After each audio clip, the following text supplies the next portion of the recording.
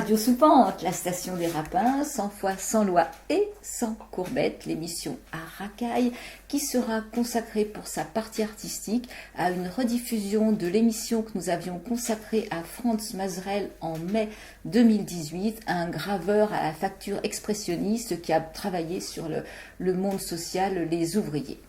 Nous allons donc, comme d'habitude, dénoncer les sales coups de la politique politicienne en toc et on va commencer tout de suite avec la chanson « Faut plus de gouvernement ». À chaque coin de rue, le travailleur surpris, sur l'affiche se rue, des candidats de Paris.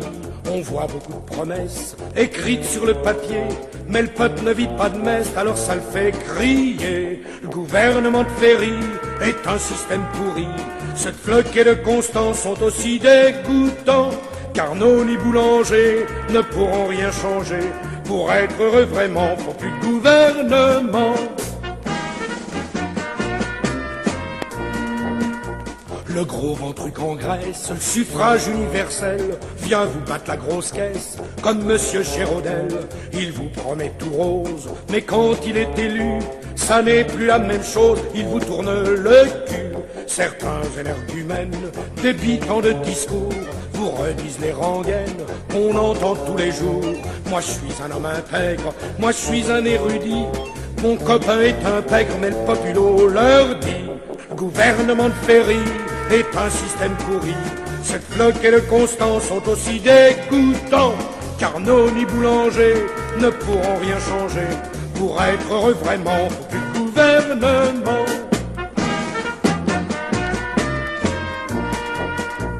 Même des socialistes, membres de comités, soutiennent les fumistes qui se portent députés. Y a pas à s'y méprendre, qu'ils soient rouge, bleu ou blanc, il vaudrait mieux les pendre que de leur foutre 25 francs. Tu leur fais des ripailles, toi peuple souverain, et lorsque tu travailles, à peine as-tu du pain. Ne sois non plus si bête, au lieu d'aller voter, casse-leur la margoulette, puis tu pourras chanter. Le gouvernement de Ferry est un système pourri. Cette flotte et le Constant sont aussi dégoûtants, car nos ni boulangers ne pourront rien changer. Pour être heureux vraiment, faut plus de gouvernement.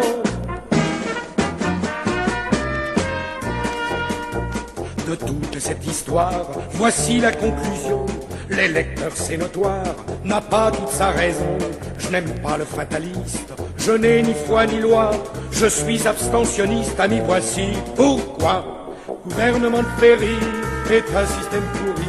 Cette flotte et le Constant sont aussi dégoûtants, car nos ni boulangers ne pourront rien changer. Pour être heureux vraiment, faut plus de gouvernement. C'est vrai ce qu'on dit, que des élections législatives ont eu lieu? Oui, bien sûr, j'ai participé, j'ai voté, mais le souvenir s'est barbouillé. Et je ne sais plus, je ne sais pas plus. J'ai voté NFP, ça je suis sûr. Le rassemblement politique qui l'a remporté. Compliqué. Il y en a qui disent oui, il y en a qui disent non. J'aime bien Marine Tondelier. Toutes ces jeunes femmes progressistes qui se font une baston d'enfer pour les droits de la femme, pour la paix et l'écologie, et qui peuvent se passer des grosses voix et des gros biceps des mecs. Cela repose. Maintenant, la suite de tout ce bazar, c'est un peu une sorte de boursicotage trucier, sans un bon gros cochon pour affiner la recherche de ce champignon sacré. Une période sacrément bénie pour tous les journaleux et spécialistes et sondeurs, et blablabli, et blablabla. Presque 24 heures sur 24, journaux papier, radio, téloche, qui répètent et répètent et répètent encore et encore les mêmes mauvaises histoires, toujours l'air plus con tu la glisses sans respirer. Je nourris une sorte de répulsion pour tous ces bavocheurs qui nous basinent, qui sont aussi fiables que ceux dont ils commentent la moindre flatulence. Je préfère l'odeur de la truffe. Je ne sais pas bien où je vais, mais j'y vais, d'écrire sans joie ne donne rien de bien lisible, ni d'écoutable lorsque c'est un truc de radio. Je ne vous demande même pas de m'excuser pour cette vacance de l'esprit. À quoi bon? Au contraire, que cela vous convainc qu'à force de ne rien apprendre en écoutant, en lisant, les infos politiques en toc des médias, on en sait plus sur cette stratosphère où les ânes volent, qui se sont échappés de Gonfaron, leur lieu de villégiature habituel. Ou comment un gribouilleur banlieusard peut sombrer dans une somnolence dont il ne se réveillera peut-être pas. Merde alors. Et comme nous dit une dame, hélas, aujourd'hui disparue, pas terrible. Restent les nocturnes de Chopin, matin après matin, qui me permettent de me poser et d'oublier que j'existe. Excusez-moi de trop parler de moi. Quand on ne sait pas trop quoi dire, c'est une pote combine. On fait de la ligne comme on peut. Puis que du coup, pas besoin de se forcer, je suis pas payé, ni en fric, ni en retour. 10h16 ce dimanche matin et déjà sur la pente du sommeil. Pour vous confirmer que je suis usé de trop écouter les infos sur les suites de ces élections législatives dubitatives. Pour ceux qui n'étaient pas encore déniaisés, une séance de rattrapage bien méritée. Les politiques, surtout les masculins, sont toujours aussi peu fiables dans leurs promesses électorales. Et moi, pauvre gland, qui me disait « La lumière jaillira, claire et blanche, un matin ». Ben non, c'est pas encore pour cette fois. Le souffle s'est ramassé, le soufflet s'est ramassé. Adieu les aminches, à la revoyure pour la prochaine blagounette électorale, qui ne sera pas très différente de celle-ci, et que nous aurons la joie un peu triste de revoir les mêmes et leurs mêmes promesses. Ils n'ont pas de mémoire, faut croire. On y croit et nous aussi on revotera confiants dans leurs mensonges. Une science, un métier, une vocation. Et inutile de se forcer à se remettre debout. Nous sommes damnés, la vocation des peuples. Remémorez-vous Spartacus, crucifié avec ses compagnons sur la voie Appia. Et depuis toutes les révolutions écrabouillées sous le poids de la bêtise. Ouais, alors quand tu dis la même blagounette électorale, moi j'y mettrais quand même le bémol que les résultats de des prochaines élections risquent quand même de nous en mettre plein la figure, car là, si pour l'instant on a échappé au pire, effectivement, on n'a pas encore complètement gagné, on est quand même dans une impasse. Et en écoutant effectivement plusieurs blogs par-ci par-là, plusieurs sites, on peut se rappeler que en 7 ans, le RN, qui était à l'époque le Front National, donc depuis 2017, a multiplié par 16 le nombre de ses députés. C'est-à-dire qu'en 2017, il y avait 8 députés Front National, quoi. Et aujourd'hui, on arrive donc à 16 fois plus. Bardella quand même qui pour l'instant devait blanchir un peu tous ces députés. En fait, on s'est aperçu qu'il y avait des brebis galeuses, 4-5 selon lui, une centaine selon une enquête très bien menée de Libération. Merci Libé, sur ce coup-là, ils ont fait un bon boulot entre les deux tours. En plus, aidé par des citoyens voilà, lambda. ça c'est ça qui est assez génial, c'est qu'effectivement il y a plein de groupes de citoyens qui ont pris le nom des députés, qui ont fait des enquêtes sur leur parcours, sur leur condamnation, et donc on arrivait à une centaine de brebis galeuses, et ça c'était très bien de pouvoir le dénoncer aussi rapidement, de même que ça a été quand même très bien de former ce nouveau Front populaire aussi rapidement, ce qui était quand même assez inattendu, et je pense que s'il y a quand même une surprise, je sais pas à quel point Macron est machiavélique, ce qu'il avait anticipé, mais je pense qu'ils avaient quand même tout de même pas anticipé une union de la gauche qui aurait autant de postes de députés, quoi. Quand on voit par exemple les unes du Point ou tous ces journaux quand même plutôt à droite, on nous prévenait quand même que le RN était aux portes du pouvoir, quoi. Et pour comprendre un peu mieux Macron, pour ceux qui ne comprendraient plus du tout, comme la plupart d'entre nous, je recommande encore une fois les lectures du Traître et du Néant, écrits par 2 journalistes sérieux. Tu te souviens des noms? Non, je ne me souviens plus du nom. C'était 2 journalistes du Monde. Ouais, voilà. Voilà. Et donc là on a découvert aussi avec cette révélation des dîners secrets chez Thierry Solaire, qui est un des conseillers quand même de Macron. Donc dîners secrets où on retrouvait Édouard Philippe, Marine Le Pen, Jordan Bardella. Soi-disant, Édouard Philippe dit oui pour apprendre à mieux se connaître sur nos désaccords. Bon, je veux bien. Là, il y a un moment quand on nous prend vraiment pour des cons, ça suffit quand même. Oui, parce que apprendre à mieux connaître Bordella et sa chef sa chef guide, il faut quand même, ils se fréquentent depuis quand même quelques années à l'Assemblée nationale, etc. Donc pas besoin d'un dîner pour approfondir les relations. Voilà, tout à fait. Surtout un dîner secret. Des dîners secrets, donc on n'est pas obligé d'aller manger, je pense, du homard pour parler de tout ça. Enfin bon, c'est bon. Ça aide. Ça aide probablement à délier les langues. Et ça n'a pas commencé quand même juste avant la dissolution. Ça avait commencé quand même quelques mois avant. Donc c'est là qu'on peut se poser des questions sur est-ce que cette dissolution était quand même un coup de sang ou est-ce que finalement tout n'a pas été préparé. En tout cas, ce qu'on peut quand même imaginer, c'est que la Macronie s'apprêtait à gouverner avec le RN. Il y a quand même quelque chose qui va vraiment dans ce sens-là, quoi. Tu crois ? Et là, je pense, ouais. Et là, on a quand même un peu rebattu les cartes et on arrive dans cette impasse un peu institutionnelle où on ne sait pas comment ça va bouger. Moi, j'adore les impasses. Alors, je voulais rappeler quand même que Bardella, ce qui n'a bien sûr pas été dit... Bordella.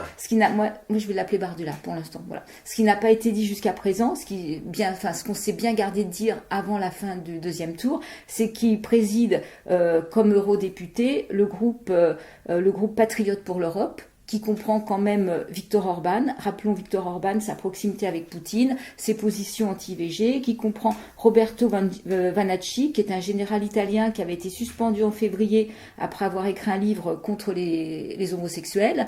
Donc voilà quel est le petit monde que fréquente Bardella, qu'en 2018, on le voyait manifester auprès de la Ligue italienne. Donc tous ces compagnons de route sont quand même des fascistes authentifiés, quoi. Et ça, toutes ces chaînes télé, que ce soit des chaînes nationales ou les chaînes privées de Bolloré, se sont bien gardées de pointer toutes ces contradictions, de même qu'ils n'auront jamais envoyé en pleine figure, effectivement, quelles étaient toutes les condamnations qu'il pouvait y avoir au sein de leur parti, qu'on s'est contenté pendant 15 jours de traiter la France insoumise d'antisémite, et c'est là que ça pose problème, parce que si antisémitisme reconnu, il y a procès, donc s'il y a procès, il y a jugement, et on n'en parle plus. Rester dans un flou, c'est-à-dire que il n'y a pas eu de plainte, donc on est resté parce que c'était trop facile. Si vraiment il y avait antisémitisme reconnu, on porte plainte, il y a un jugement et l'affaire est classée. Comme il y a eu pour des gens du Front National, voilà, dont le patron du Front National, dont le créateur du Front National,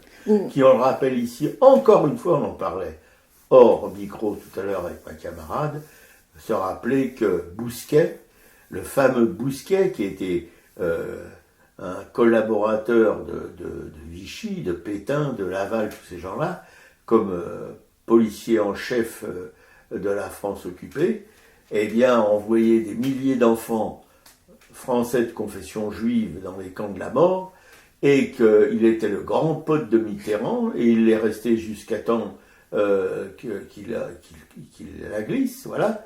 Il faut rappeler tout ça. Tout le monde a oublié que les fondateurs du Front National étaient des anciens nazis ou collabos. Voilà, et ça n'a jamais été franchement rappelé. On s'est vraiment occupé à blanchir ces nouveaux frontistes. Enfin, bon, c'est absolument scandaleux. Et en plus, là, on parle de l'Arcom parce qu'aujourd'hui, effectivement, il y a la remise d'autorisation de diffusion des chaînes de Bolloré, CNews et oui, les chaînes de Bolloré, ça suffit. Voilà, des chaînes de Bolloré. Et donc, en fait, l'Arcom, effectivement, n'a pas fait son travail pendant ces 15 jours. Elle n'a jamais fait son travail. Il y a eu des débordements. Il y a eu 80 000 euros d'amende pour des propos qui étaient inaudibles. Mais ça n'empêche pas que Bolloré, 80 000 euros, il s'en fout. Et je crois que Hanouna lui-même a coûté 7 millions d'amende à Bolloré. Mais bon, ça rapporte beaucoup plus. Donc, puis Bolloré, 7 millions, pour lui, c'est vraiment pas grand-chose. Même quelques centaines de millions, voilà, qui vont bientôt lui tomber sur la gueule, ça le dérange pas. Donc voilà, aujourd'hui, on espère que l'Arcom ne va pas donner l'autorisation aux chaînes de Bolloré d'émettre, sauf que là, les directeurs s'engagent à plus de pluralisme, engagés. Enfin voilà, on est dans du pipeau. Ça n'engage à rien de s'engager. On est dans un beau morceau bien pipoté. Voilà, il faudrait un peu de fermeté. Et l'Arcom, en fait, jusqu'à présent, on a vu qu'elle n'avait pas fait son travail. Ça, c'est quand même très grave, quoi. Et c'est pareil, là, je regardais sur des petites chaînes d'infos où on a été interrogé suite aux résultats des élections, des gens de confession juive qui disaient tous que ils étaient apeurés, qu'ils allaient probablement, ils se demandaient s'ils allaient pas partir de France. Enfin, bon, c'était complètement insensé, quoi. Ils avaient peur de cette politique antisémite qui allait arriver. Enfin, je trouve ça scandaleux. Alors, bien sûr, les interviews sont choisies, mais voilà, si vraiment la France est un pays qui les met en danger, qu'ils aillent en Israël, ils verront s'ils se sentent plus en sécurité en Israël. J'ai des gros doutes là-dessus, quand même. Ouais. Donc, c'était... Non, mais si tu veux, la grosse interrogation, enfin, celle que je me pose en permanence, c'est quelle crédulité ont les gens. En 1940, les Français de confession juive ne croyaient absolument pas qu'ils étaient en danger. Quand il a fallu avoir une étoile jaune, il fallait une étoile jaune, personne ne mouftait, ils avaient confiance dans l'État français, ils pensaient qu'ils risquaient rien parce qu'ils étaient français. Voilà. Et aujourd'hui, on a malheureusement, enfin je trouve ça malheureux, des gens comme les Klarsfeld, mais pas que, d'autres encore, qui ont peur de l'antisémitisme qui règne en France et qui soutiennent le Rassemblement national. Et l'histoire, il y a des émissions de télé, des documentaires à la télé, etc., sur Arte, sur la LCP, qui rappellent régulièrement les exactions monstrueuses des nazis et de leurs collaborateurs dans toute l'Europe, en France, en Italie, partout. Et voilà. Ouais. Mais après c'est pareil, si on voit par exemple quand il y a des politiques du nouveau Front populaire qui sont sur des plateaux télé, et encore moi j'ai pas la télé, je regarde des petits morceaux par-ci par-là parce que ça m'exaspère rapidement. Par exemple l'autre fois Sophie Binet a été interviewée, elle se révèle complètement. Je sais qu'il y a quelques femmes là qui se révèlent vraiment suite à ces élections, qui parlent très bien, qui sont précises, cohérentes, synthétiques, et là ils sont 3 contre 1. C'est-à-dire qu'à aucun moment on a des intervieweurs qui restent objectifs et neutres, qui posent des questions. C'est tout de suite du rentre-dedans, les mettre en contradiction. Enfin, c'est vraiment irritable, quoi. Oui, non, ça, je suis d'accord avec toi. C'est insupportable. Ouais. Et même sur des chaînes publiques, c'est-à-dire qu'on savait que les chaînes de Bolloré on savait où elles voulaient emmener les auditeurs. Et moi, ce qui m'a étonné, c'est à quel point les chaînes publiques ont fait allégeance rapidement sans qu'on leur demande rien, quoi. Ça, c'est quand même assez sidérant. Et là, j'ai découvert justement, peut-être il y en a qui le connaissent déjà, Clément Viktorovitch, qui est un docteur en sciences politiques, qui fait de la rhétorique, qui est jeune, qui a à peine 40 ans, il est né en 84, donc et qui fait une proposition très intéressante par rapport à l'impasse dans laquelle on est, c'est de faire une assemblée constituante, c'est-à-dire que il est temps maintenant de changer de constitution. D'ailleurs, Mélenchon en avait parlé, qu'il fallait changer la constitution, passer à la 6e République, voilà, parce qu'effectivement là, on a bien vu qu'on atteignait les limites de cette 5e constitution. Cette constitution, effectivement, on est dans une constitution présidentielle qui donne tous les pouvoirs à un seul homme, qui peut se permettre de se passer du Parlement, qui peut se permettre de se passer des citoyens, puisqu'on peut gouverner du Sénat. De tous les corps intermédiaires, voilà. etc. Il y a un président qui a plein de pouvoirs et il montre bien en fait que il y a dans des pays qui ont l'habitude, qui de par leur constitution fonctionnent par coalition, c'est normal que après des élections, les vainqueurs, en fait ceux qui ont le plus de sièges, s'allient avec d'autres partis et n'appliquent pas tout leur programme puisqu'il faut négocier. Ça fait partie du jeu. Nous, dans le pays dans lequel on est, la constitution, celui qui gagne remporte les sièges et applique tout son programme. Donc dès qu'il y a négociation, il y a tromperie. Donc ça trompe forcément les citoyens. Donc cette crise constitutionnelle, pour lui, cette solution d'importer une nouvelle constitution est la solution. Donc on garde le président de la République comme gardien en fait du système. Comme sous la 4e. Voilà. Et on fera une assemblée avec une proportionnelle directe. Il imagine un Sénat un Sénat citoyen de gens tirés au sort, élus pour 6 ans, dont une année serait réservée à la préparation, à la formation en fait de ces citoyens, avec les meilleurs professeurs, enfin voilà, les constitutionnalistes. Et ça serait tout à fait imaginable, parce que quand Macron a voulu soi-disant s'occuper de faire plaisir après le mouvement des Gilets jaunes, et que des citoyens ont fait le RIC, là, ont réfléchi à des problèmes de société, ce qu'il en est sorti, c'était très intelligent ce que les gens ont sorti. Sauf que Macron a pris le papier, l'a foutu à la poubelle, quoi. Ouais. Mais en fait, des citoyens motivés peuvent travailler et peuvent vraiment faire des choses extraordinaires. Donc lui renforcerait aussi le Conseil constitutionnel comme gardien justement de cette Constitution. On imagine des conférences citoyennes, des agoras, et donc là on serait dans vraiment une république délibérative, et ce serait vraiment passionnant, avec une Constitution qui, par exemple, lui, il imagine de prendre, 925 citoyens ou citoyennes, et pendant un an, de rédiger cette nouvelle constitution, justement, en s'appuyant sur les meilleurs, les gens les plus experts de la constitution, du droit, enfin, tout ce qui peut aider à former une constitution. Comme Bordelais et Marine Le Pen. Ouais, par exemple. Non, mais qui tiennent la route. Après, avec des délégués qui rapportent ce qui est prévu, des mises en ligne, des amendements, enfin, tout ça pourrait fonctionner. Et au bout d'un an, on aurait vraiment une constitution qui devrait satisfaire les citoyens. Et là, donc, soit elle passerait, dans ces cas-là, on serait dans une nouvelle constitution, soit ça ne marcherait pas, elle serait refusée, et là, on retourne à la cinquième République, et on repart dans un système comme aujourd'hui. Parce que ce qu'il imagine, c'est qu'effectivement, là, vu cette impasse, même si le nouveau Front populaire arrive à faire passer des mesures sociales, ça va durer le temps que le budget soit voté, et qu'on risque d'avoir des motions de censure au moment du budget, et qu'on se retrouve effectivement coincé, quoi. Et puis cette assemblée peut être dissoute dans un an, et qu'on recommence ce même cirque avec effectivement ce RN qui peut quand même, qui est toujours là et qui va rien lâcher. Mais alors, moi, je serais partisan de faire comme en 89, de couper la tête à tous ceux qui dépassent du rang, voilà, et comme ça, on serait peinard. Bon, ça n'engage que toi, hein. Oui, mais voilà. Moi je m'engage. Voilà, tu t'engages, c'est bien. Et on peut rappeler que Macron est quand même ce qu'on appelle quelqu'un de maximaliste. C'est-à-dire que dans la Constitution actuelle, il va l'utiliser au maximum de ses possibilités. Donc il peut aussi sortir l'article 16 de la Constitution qui va permettre d'avoir le pouvoir absolu pendant, je crois, 60 jours, en disant, bah voilà, le pays est ingouvernable, donc je prends tous les pouvoirs. Donc il faut effectivement mettre des garde-fous, des garde-fous partout, quoi. Et pour l'instant, on les a pas, ces garde-fous, quoi. Et on a quelqu'un qui est capable du pire. Ma chère. Oui, moi je suis pas politicienne. Tu es une garde-fou. Voilà.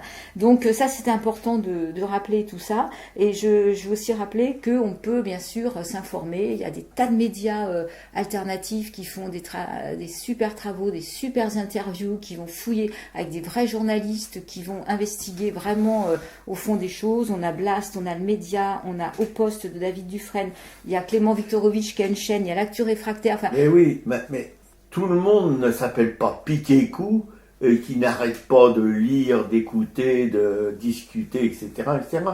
La plupart de nos concitoyens, ce qui les passionne, c'est la bulle intégrale des vacances annuelles. Or ça, je ne suis pas persuadé qu'ils vont courir les kiosques, journaux, etc., qui vont butiner sur les chaînes de télévision qui seraient encore écoutables ou regardables. Non, c'est le grand vide qu'il y a au milieu de toutes ces bonnes volontés, c'est que nos concitoyens, à part toi, que je connais bien, ils s'en foutent complètement. Moi, je suis pas d'accord. Je pense qu'ils s'en foutent parce qu'ils se sentent pas, entrer dans le jeu. C'est-à-dire qu'on voit bien qu'on a cherché forcément à pas les inclure dans le jeu, dans ce jeu et dans ce, parce que finalement sur le terrain, il y a aussi tellement d'associations qui font plein de choses un peu partout en France. C'est Oui, aussi ça non, qui a mais fait je suis d'accord. que le NFP est passé, c'est que il y avait une partie de la gauche qui votait pas parce que justement tout ça c'est du blabla et tout. Bon là il y avait urgence quand même à se manifester et que finalement quand on regarde le territoire il est maillé de gens qui font plein de choses. Oui, Alors bien ok. sûr c'est pas médiatisé parce que on va pas montrer quand même que il y a des choses en route pour le climat, pour la terre, pour le politique, pour la Palestine, parce que je vais terminer quand même ce que j'ai à dire en disant qu'on n'oublie bien sûr pas la Palestine, parce que là maintenant aujourd'hui avec ces élections législatives on parle nettement moins de ce qui se passe, alors que la Cisjordanie continue d'être envahie, que à Gaza D'être pillé avec des colonies partout, etc. etc. Bientôt la Palestine n'existera plus. voilà, que Gaza, pour tuer soi-disant 2 terroristes du Hamas, on En 60. on en tue, voilà. Et ça continue, et c'est les convois humanitaires. C'est vrai que le port, ce port flottant que les Américains avaient construit, soi-disant, pour apporter de l'aide humanitaire, qui au départ d'ailleurs était inutile, parce qu'il y a quand même la terre qui permet d'apporter de l'aide humanitaire, et ce port n'a jamais fonctionné. Alors, moi, ça me fait rigoler quand même qu'aujourd'hui, à l'heure de l'intelligence artificielle, on a une maîtrise des matériaux, on est quand même, on a une maîtrise de plein de choses, on soit pas capable de construire un port qui amène de l'aide humanitaire à Gaza, quoi. Alors que les Américains, quand il y a eu le débarquement en Normandie, ils ont construit des ports qui ont duré plusieurs mois, voire plusieurs années. Hein, et ils n'ont pas été détruits au bout de 8 jours. Hein. Et l'Atlantique est un peu plus agité que la Méditerranée. Hein.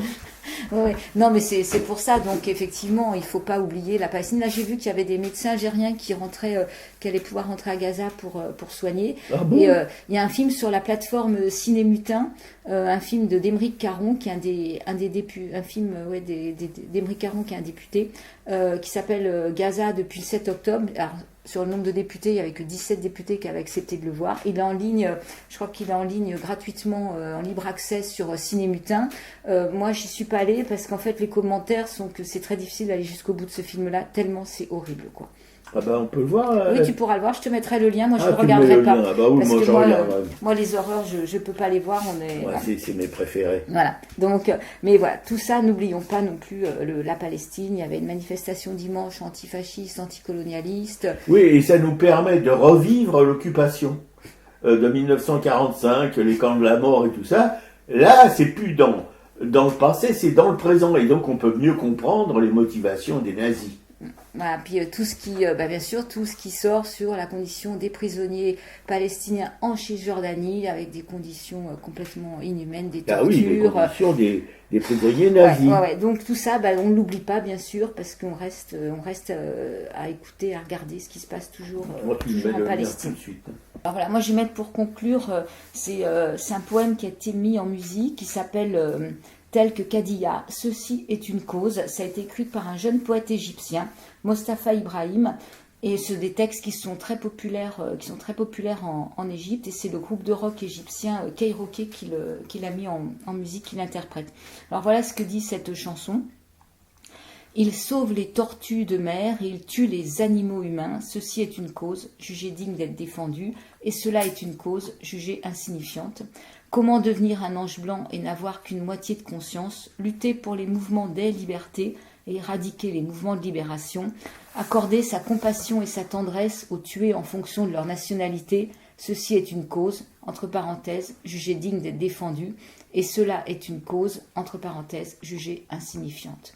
Comment devenir un homme civilisé qui respecte tous les usages et bienséances dont toutes les déclarations sont enjolivées, et qui embrasse tous les arbres, qui se gargarisent de belles paroles, aux côtés d'une armée qui rase les écoles, et quand vous êtes pris en flagrant délit, les mains pleines de sang, vous déplorez la situation en disant que chaque côté en est victime. Ceci est une cause, entre parenthèses, jugée digne d'être défendue, et cela est une cause, entre parenthèses, jugée insignifiante.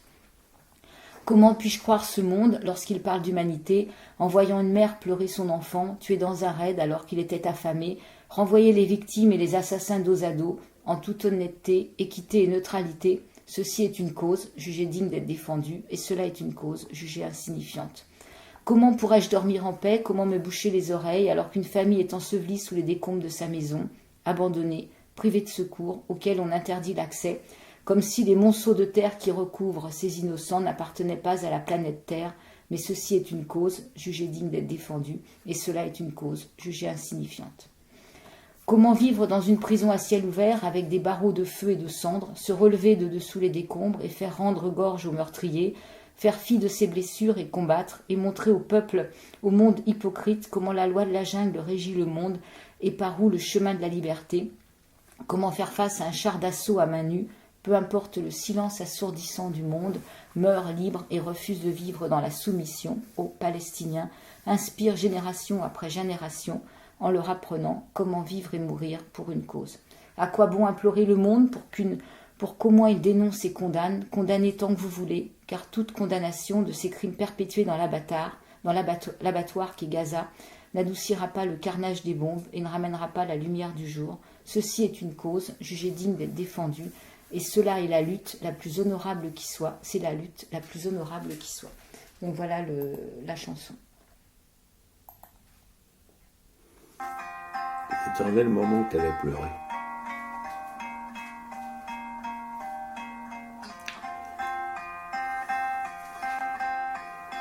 ينقص في سلاحف بحري يقتل حيوانات بشري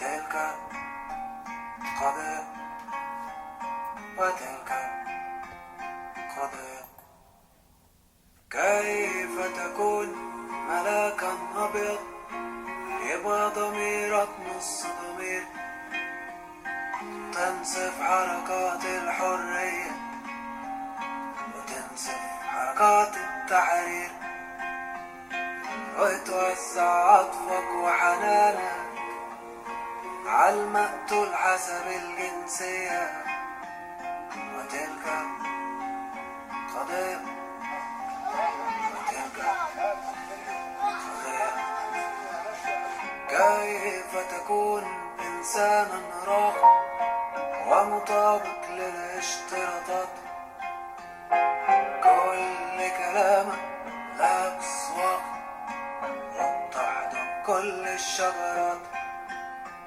بتقول عالبواب الحارس جنبك جيش بيت مدارس وما بتقفش نفسك لابس دم تقول الكل ضحية وتلك قضية وتلك قضية كيف أصدق هذا العالم لما بيحكي عن الإنسان شايفهم متكي ضناء علشان مات في الغار جعان ويساوي المقتول بالقتل بشرف ونزاهة وحياة وتلك قضية وتلك قضية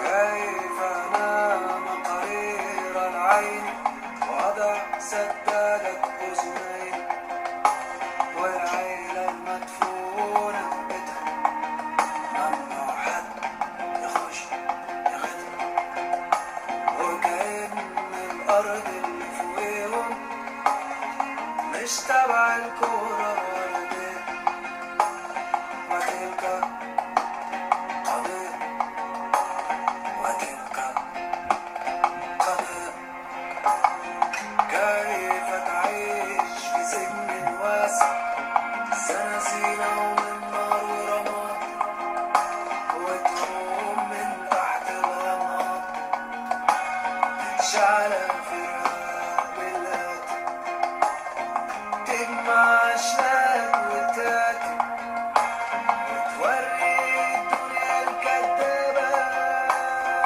كيف يسير قانون الغابة من أين طريق الحرية ومن أين تؤتى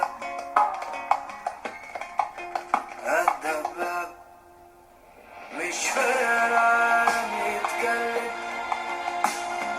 حر وما تعيش مثال اللي نجيل ورا جيل يتعلم كيف يعيش ويموت لقضية بالنادي على النيل علشان يستنكر ويهين من كما شئت فايدة لما يجري جوه السخان مش الخف ضروري كان ولا قادرة ترجع صباح ترجع قضية وهذا